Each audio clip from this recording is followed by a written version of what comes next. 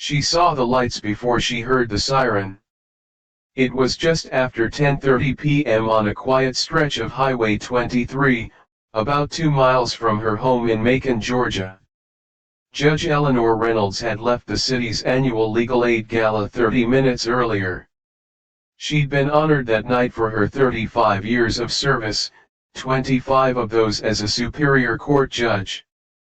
The event was a polished affair, full of tuxedos and polite laughter, champagne toasts and handshakes.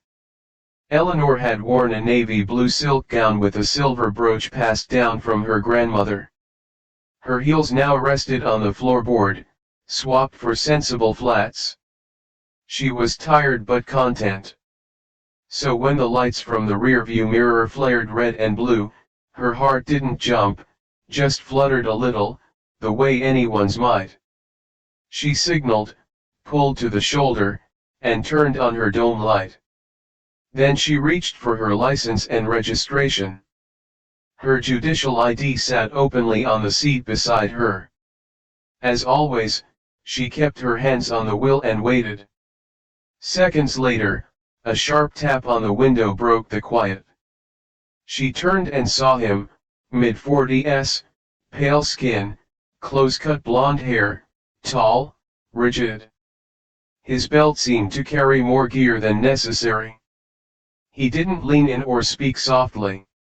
His flashlight beam went straight to her face. "Step out of the vehicle," he barked. No greeting, no reason, not even a request for her documents. Eleanor blinked. "Officer, may I ask why I'm being?" "Step out of the vehicle, ma'am. Now." There was no mistaking the aggression. She exhaled slowly. "Sir, I'm Judge Eleanor Reynolds of the Bibb County Superior Court. I'm not resisting. I just..." "Did I ask who you were?" he snapped. "I gave a lawful order. Step out." He didn't flinch. Eleanor hesitated, then carefully unbuckled her seat belt. She reached for the door handle with slow, deliberate motion. Her left hand stayed visible outside. The night air hit her bare shoulders. She stood tall, 5'6" without heels, keeping her chin high, but her expression calm. "For you, a free like is easy. But for me, it is the greatest support and encouragement. For this video, can you give me 1 like and 1 subscription? Thank you very much. Put your hands where I can see them." She did. "Is there a problem, officer?" She squinted at his name tag. "Officer Davies. Officer Clint Davies." "Okay, Officer Davies. I wasn't speeding. I wasn't swerving. If this is about something else, I'm happy to cooperate, but I would like to know. You fit the description of a suspect in the area." That was all he said. Eleanor frowned. "What kind of suspect?" "I'm wearing a gown and coming from a courthouse event. I have my credentials inside the car." I said, "Keep your hands up." He walked around her car, looking through the windows, his flashlight darting over her seats. Then he radioed something in. She couldn't hear what. Cars passed slowly on the highway, some turning their heads, a few honked. She felt a knot form in her stomach. She'd handled murder trials, put gang leaders behind bars, diffused courtroom brawls with a single look. But this man, he wasn't interested in reason. "Back up en route," he muttered. "For what?" she asked, still calm but louder now. "You haven't told me why I was pulled over. You haven't even asked for my ID." He didn't respond, just stood 5 feet away, hand resting on his holster. She could feel it now, fear mixing with frustration, but her voice never wavered. "My ID is on the seat. Judicial credentials. You can verify my identity." Davies took a step closer, squinting. I don't care who you say you are. I've had enough people lie to me in this job. You can be anybody in a dress. Eleanor's jaw tensed. Officer, you are now being recorded. That house back there, those are my neighbors. They're watching. Davies turned, catching sight of two people on a porch across the road, phones raised. He muttered something under his breath, but instead of de-escalating, he reached for his radio again, requesting additional backup. Non-compliant female, possibly armed. Her heart dropped, but she knew if she panicked, he'd win. So she stood still, letting the silence do the talking for now. Two more patrol cars pulled up within 3 minutes, lights flashing, engines idling, radios crackling. Eleanor didn't move. She stood there on the gravel shoulder, arms still slightly raised, her feet aching now in her flats. The thin fabric of her gown fluttered lightly in the wind. It looked almost absurd, this elegant woman in an evening dress surrounded by armed officers on the side of a highway. One of the new arrivals, a younger cop with a round face and nervous energy, approached first. He glanced at Davies, then at Eleanor. What's going on here? He asked, keeping his voice low. She refused to comply, Davies answered sharply. Claims she's a judge. I don't buy it. She said she's some judge from Bibb County. Says she was at some gala. The young cop turned back to Eleanor. Ma'am, do you have ID? It's on the seat of my car. My judicial ID is visible through the window. The third officer, a tall woman with dark brown hair pulled back tight, had been quiet until now. She stepped closer and peered through the passenger window. Yep, that's a Superior Court ID, she confirmed. Name matches the car registration. The young male officer confirmed. Radford didn't seem fazed. Anyone can print a fake badge. Doesn't prove anything.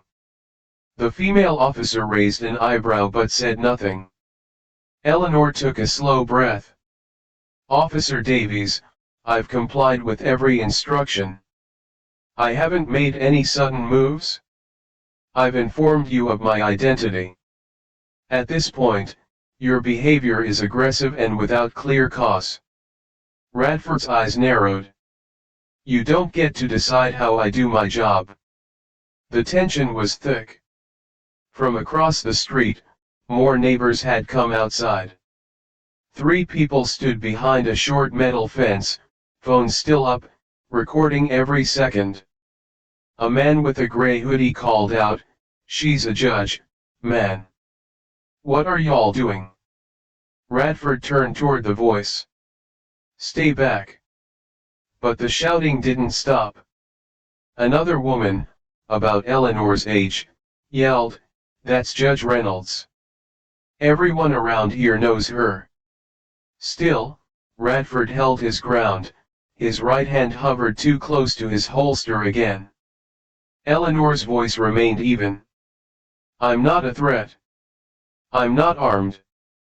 There's no lawful reason for this level of force. The young cop seemed torn. He walked a few feet away and started murmuring into his radio. Meanwhile, Radford stepped closer again. You think you're better than everyone else just cause you sit in some fancy chair in a courtroom? Eleanor looked him straight in the eye. No, but I do know the law, and this isn't how it's supposed to work. For you, a free like is easy. But for me, it is the greatest support and encouragement. For this video, can you give me 1 like and 1 subscription? Thank you very much. Radford smirked. You people always think you're special. The words landed like a slap, not just because of what he said, but how easily it came out. Eleanor didn't flinch, but she saw the female officer look away, jaw clenched. Radford continued, "You think flashing a badge means you can ignore commands? Not tonight." "I never ignored your command," she replied, calm but clear. "I asked a question." "That's not the same thing." Another officer's radio crackled loudly. The young one returned to the group. "Supervisor's on the way. Should be here any minute." Radford shook his head. "Don't need a supervisor to deal with this." "Yes, you do," the female officer interrupted finally. Her voice was steady, but there was something under it, an itch. "We've got a judicial ID, registered vehicle, no sign of threat, and you called back up twice. Protocol says we wait for a supervisor when identity is disputed, especially with someone who holds office." Radford stared at her for a second. No one said anything. Eleanor stood perfectly still, not from fear anymore, from purpose. And as the next headlights came over the hill, it was clear someone else had arrived to see what Officer Clint Davies was trying so hard to hide. But the real damage had already begun, because once a word leaves your mouth, you can't take it back. The supervisor's SUV pulled up fast but silent, headlights sweeping the scene before easing to a stop behind the other units. Out stepped Captain Michael Johnson, a stocky man in his early 50s with dark suspenders barely hidden beneath his uniform shirt. He wasn't flashy or loud, but every cop on that road shifted a little straighter when he arrived. He walked toward the group, glancing quickly between the officers, then to Eleanor. "Evening," he said, tone flat. "Somebody want to tell me why we've got 3 units on a traffic stop with a Superior Court judge in an evening gown?" Radford spoke up first. She was uncooperative, matched a description from earlier, didn't follow my commands. Johnson turned to Eleanor. "Ma'am? I'm Captain Johnson. You okay?" "I'm cold, tired, and angry," Eleanor said without raising her voice. "I was pulled over for no clear reason, not asked for ID, ordered out of my car, and surrounded. My credentials have been visible from the start." Johnson looked over at the female officer. "She's got her badge and registration on the passenger seat. Everything checks out." "No traffic violation noted," the officer replied. Johnson turned back to Radford. "What's the real issue here, Clint?" Officer Davies didn't answer right away, his face was tight, jaw set. "She didn't comply when I told her to step out," he muttered. "You didn't ask for her license first," Johnson said, his eyes narrowing. "And what description are you referring to?" Radford shifted on his feet. "Black female in a dark vehicle. That's what dispatch said." Johnson sighed and rubbed his temple. "That's your probable cause? That on Highway 23 at 10:30 p.m. You know how many people that could apply to?" Johnson asked, his voice rising slightly. Radford said nothing. By now, half a dozen neighbors stood near their fences. A few were quietly narrating into their phones. One of them, a teenager with a steady hand, had been live streaming the entire incident. Johnson looked back at Eleanor. "Judge Reynolds, I sincerely apologize. I'll personally escort you home if you'd like." She shook her head. "That's not necessary. I live less than 2 miles away. But this situation isn't over just because you arrived." "I understand, ma'am," Johnson said. But then, as if determined to torch the last bridge standing, Radford blurted, "She's probably pulling this just to make herself look like a victim. These people love to cry wolf." A dead silence fell. Johnson turned. What did you just say, Davies? Radford stood his ground. I've seen this playbook before. Pretending to be a victim, get everyone all riled up, and paint the cop as the bad guy. Clint, stop, the female officer warned, but it was too late. Eleanor turned to Captain Johnson. You heard him. He's not just biased, he's dangerous. Johnson nodded, eyes fixed on Davies. Turn off your radio. Hand over your badge and weapon. You're on administrative leave, effective immediately. Internal Affairs will contact you in the morning. Davies laughed, short and bitter. Unbelievable. Over this? Over this. Johnson repeated, you're done for tonight. Go home. Davies looked like he wanted to argue, but he didn't. He stormed off toward his cruiser, muttering under his breath. The crowd across the street clapped once, then louder. A neighbor shouted, about time. Eleanor didn't move, her hands now at her sides, the air cooler than before. The female officer stepped closer gently. Judge, I'm truly sorry. You handled that with more patience than I would have. Eleanor gave a half nod. Patience is easy when you've spent 3 decades waiting for the system to catch up to its promises. Her voice was low, but it hit hard. Captain Johnson exhaled. Ma'am, if you'd like to file a formal complaint. Oh, I will, Eleanor said, her eyes never leaving Davies' car as it pulled away.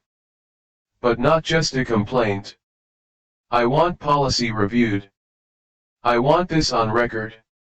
And I want every young officer on your force to watch this video and ask themselves who they would have been tonight. For you, a free like is easy. But for me, it is the greatest support and encouragement. For this video, can you give me 1 like and 1 subscription? Thank you very much. Johnson met her gaze, understood.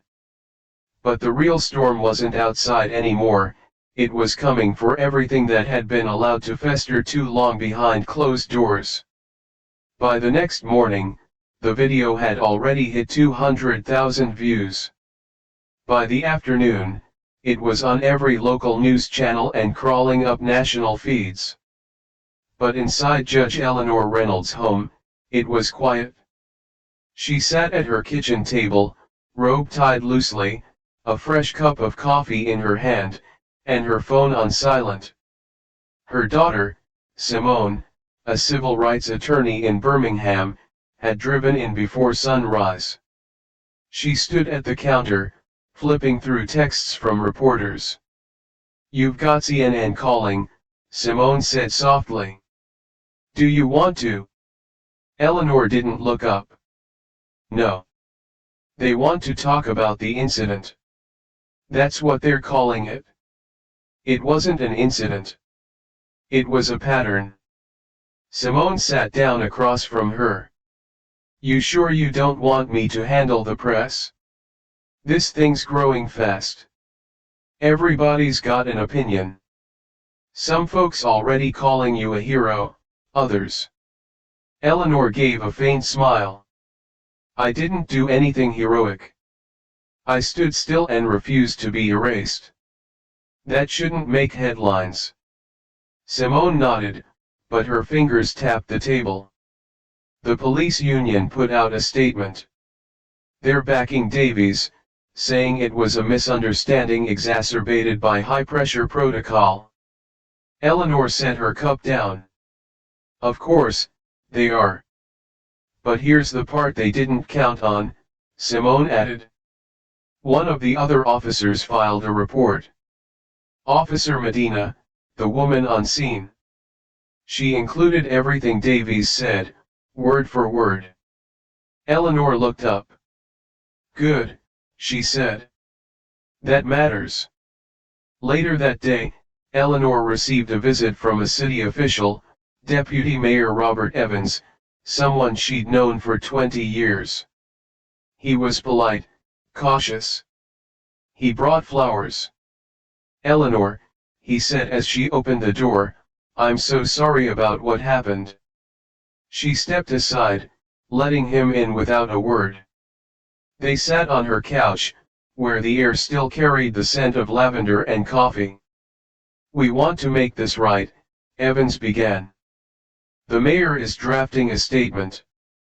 We'd like to issue a formal apology from the city and the department. Privately, if that's preferred." Eleanor stared at him. "Privately? Well, yes, to preserve your privacy, your dignity." "My dignity doesn't need preserving," she said firmly. "It wasn't damaged. His was." Evans cleared his throat. "Of course, but we also don't want to escalate tensions unnecessarily. Tensions were escalated the moment I was treated like a criminal with no cause. That moment is already public. You don't get to hide the apology behind a curtain." Evans looked uneasy. "I'm not asking for a banner," she continued, "but I'm not going to be a footnote either. What happened needs to be addressed out loud." He nodded slowly. "I'll speak to the mayor." Before he left, she said one more thing. "And make sure Officer Medina is protected. Retaliation is real." The next day, Internal Affairs launched an investigation. A town hall was announced. It filled up within hours. Hundreds of community members lined up outside a local high school auditorium, waiting to hear from city leaders and from Eleanor herself. Inside, under the low hum of fluorescent lights, Eleanor stood behind a wooden podium in her Sunday best. This time, she chose her robe, not the silk one, but the one from the courtroom. She didn't speak with fire. She didn't raise her voice. But every word landed like a stone in still water. "I wasn't afraid because of a gun. I was afraid because I saw something I've seen my whole life, someone deciding that my presence, my tone, my very existence made them uncomfortable, and they used that discomfort as justification for power." No one made a sound. People like Clint Davies to reveal themselves, but they're not hiding, they're being protected, defended, excused. That protection has to end. She stepped away from the podium. The room stood with her, but applause doesn't fix systems, and Eleanor knew this moment had to lead somewhere, or it would vanish like all the others before it. 2 weeks later, the internal investigation reached a turning point. Officer Clint Davies was officially suspended without pay pending termination. The department released a carefully worded statement about officer accountability and protocol review, but it read like a sheet of excuses stapled together. Still, the pressure didn't let up. Eleanor didn't seek interviews, but the media came anyway. News vans lined the road outside her home for days. She refused most requests but agreed to one sit-down on her own terms with a local station that had always treated her court coverage with respect. The interview was filmed in her living room, no fancy lighting, no script, just Eleanor seated in an armchair with her hands folded neatly. The reporter asked her what she wanted people to take away from all this. "I don't need people to be outraged," Eleanor said. "That burns hot and fades fast. I need them to remember the law isn't always just, and the people tasked with enforcing it aren't always fair. What happened to me could have ended very differently if I wasn't a judge, or if that neighbor didn't hit record." The clip went viral again. At the same time, the department's union held a press conference. They painted Davies as a veteran officer under pressure in a climate of public hostility toward law enforcement. They blamed social media. They blamed the optics. They never once blamed him. But the community wasn't having it. Demonstrations sprang up in front of City Hall, most of them peaceful, some emotional. They didn't just chant Eleanor's name, they demanded body cam reform, mental health evaluations for incoming officers, and ongoing bias training that wasn't just a box to check. Then came the twist no one saw coming. An anonymous leak from inside the department revealed that Officer Davies had 3 previous complaints against him for excessive force, none of which had reached the public. 2 were settled quietly, 1 was dismissed internally. All of them involved black drivers. The city scrambled. The mayor called a press conference to address transparency concerns, but by then, the damage wasn't just reputational, it was institutional. For you, a free like is easy. But for me, it is the greatest support and encouragement. For this video, can you give me 1 like and 1 subscription? Thank you very much. Meanwhile, Davies made a move of his own. He went on a podcast hosted by a right-wing former sheriff. The episode was titled Targeted, the true story of an innocent cop smeared by woke culture. In it, he claimed Eleanor had been hostile from the start and accused her of pulling the race card to make herself look like a victim. "I didn't do anything wrong," he said, voice tight with resentment. "She wanted to make an example out of me, and I lost everything." The public's reaction split hard. Some called him a scapegoat, others said he finally exposed himself. Eleanor didn't respond to the podcast. She didn't need to. The community was speaking for her now. Signs appeared on church lawns and community boards, "Stand with Judge Reynolds." A local artist painted her portrait on the side of a library building next to the words, "Grace is power restrained." One Sunday morning, as she walked into her regular church service, a small boy tugged at her coat sleeve and asked, "Are you the lady who stood still and didn't let the bad man scare you?" She smiled gently. Something like that. Still, for all the support, she couldn't sleep through the night, not yet. Some evenings, she sat on her porch with Simone, talking about everything but the incident: the smell of cut grass, the sound of cicadas, the hum of traffic in the distance. It helped, but healing was slow, and Eleanor knew the hardest part hadn't even begun.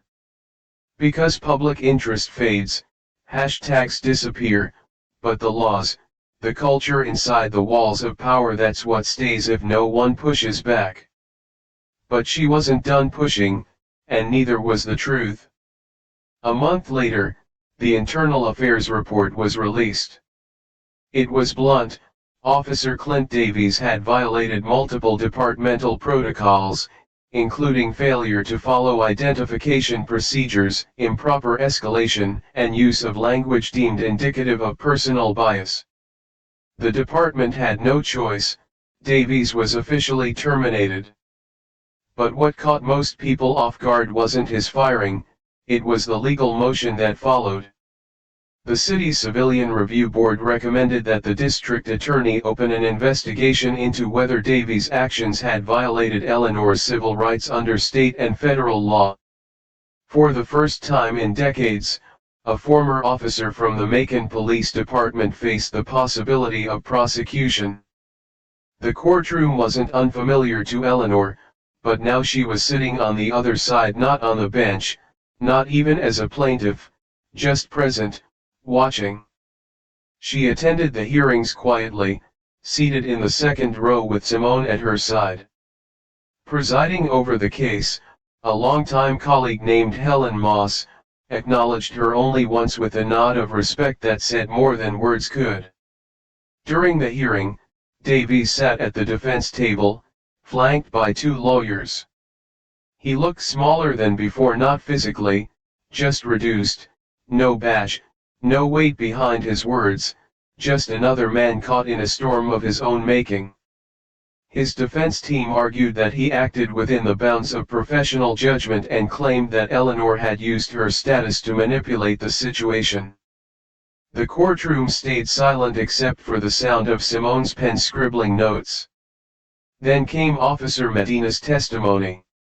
She didn't waver. She described Davy's tone, his language, his refusal to de-escalate.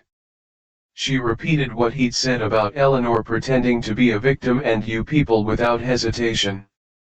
When she finished, the room felt heavier. Later that evening, Eleanor sat alone in her study, the day's events playing over in her mind.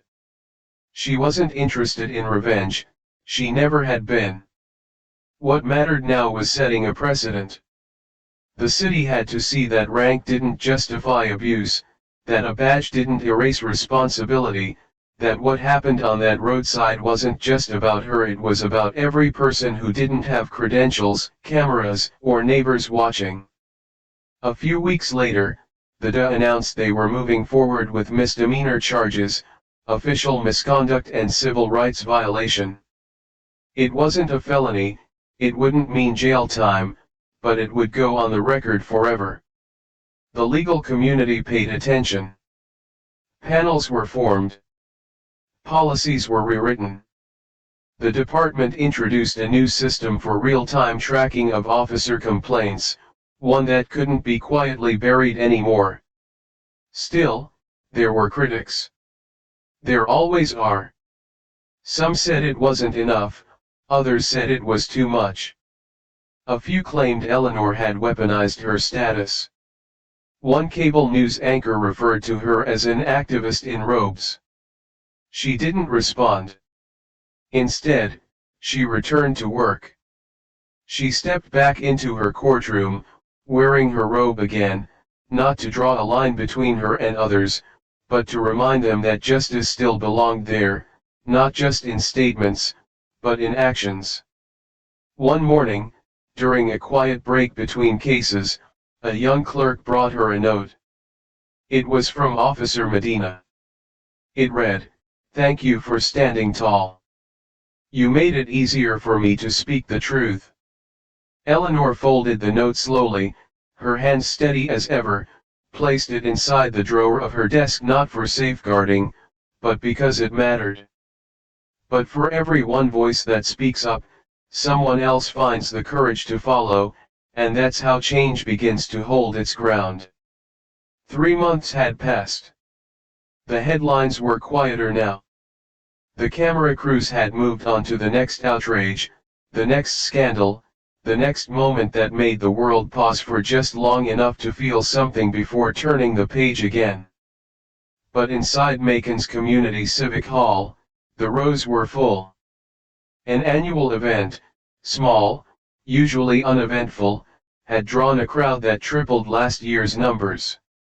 It wasn't just because Judge Eleanor Reynolds was scheduled to speak, it was because of what she represented now, not just justice, not just authority, but endurance.